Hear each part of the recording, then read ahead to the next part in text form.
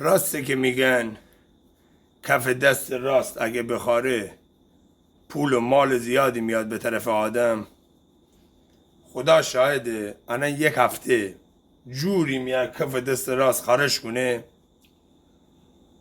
احساس کنم فرستم به کف و استخوان.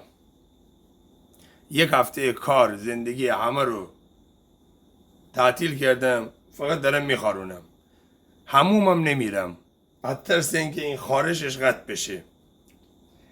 دریغ از 1000 تومن اومده باشه تو زندگی، دریغ از یک جفت لاستیک، چه موتور حالا چه دوچرخه، حالا موتور که نرم دوچرخه دارم، ولی دریغ از 1 متر زمین. اصلا این خرافاته یا نه؟ اسیر شدم خدایی با خارشش. گاز بگیرم بخوام اینقدر میخاره.